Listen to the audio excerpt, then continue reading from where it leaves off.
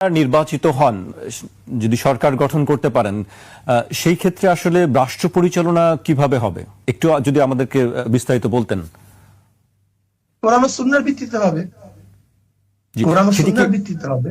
জি, শরিয়া আইন যেটি বারবার বলা হয় যে শরিয়া আইনের ভিত্তিতেই রাষ্ট্র চলবে, সেই শরিয়া আইন কি আমাদেরকে একটু বলবেন যে আসলে সেটি কিভাবে, কাঠামো কি হবে, রাষ্ট্র কাঠামোর ব্যবস্থা কি হবে, বিচার ব্যবস্থা কি হবে?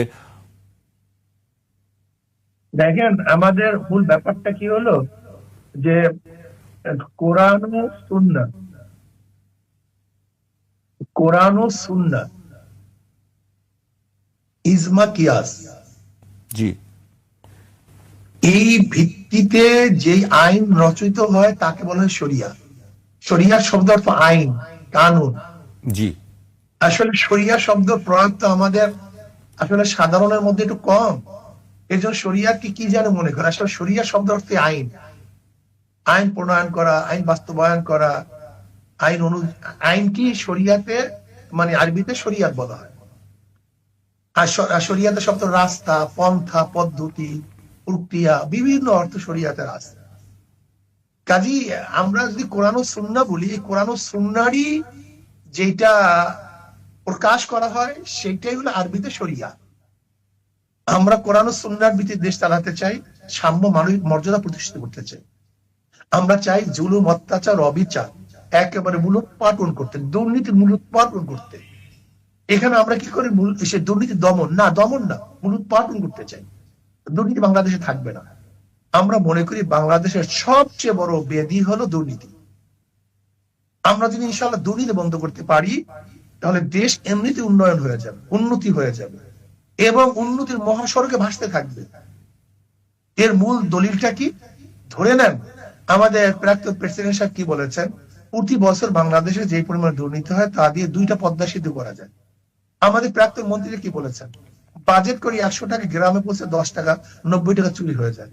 অন্য মন্ত্রী কি বলেছেন, বাজেট করি 100 টাকা, 30 টাকার কাজ হয় 70 টাকা চুরি হয়ে যায়। তা আমরা যদি চুরিটা বন্ধ করতে পারি, দুর্নীতি বন্ধ করতে পারি, তাহলে কি হবে? 100 টাকার কাজ হবে। তার মানে যদি এখন ব্রিজ হয়েছে বিগত দিনে 30টা, এখন একই বরাদ্দে ব্রিজ হবে 100টা। যদি আগে ওনাদের কথা অনুযায়ী একই বরাদ্দে ব্রিজ হয় 10টা, আমাদের একই বরাদ্দে ব্রিজ হবে 100টা।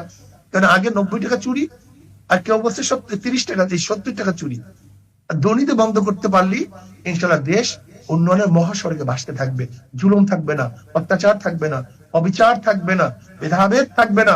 আজকে আমরা কুকুর এবং বিড়াল নিয়ে ছবি তুলি, কিন্তু একজন নাপিত, একজন জেলে, একজন চামার, একজন কামারের গলায় হাত দিয়ে কিন্তু ছবি তুলতে লজ্জা পাই। এই মানবিক মর্যাদা আমাদের মধ্যে নেই। অর্থাৎ আশরাফুল মাখলুকাত, আল্লাহ পাকের সর্বশ্রেষ্ঠ জীব তারা মানুষ, আমরা তাদেরকে শ্রদ্ধা করতে পারি না, সম্মান দেখাতে পারি না। এর জন্য আমরা চাই যে এমন একটা সমাজ গঠন হবে যেখানে মানবিক মর্যাদা প্রতিষ্ঠিত হবে, ন্যায় বিচার প্রতিষ্ঠিত হবে, এ আমির এ ফকির সবার জন্য বিচার সমান হবে।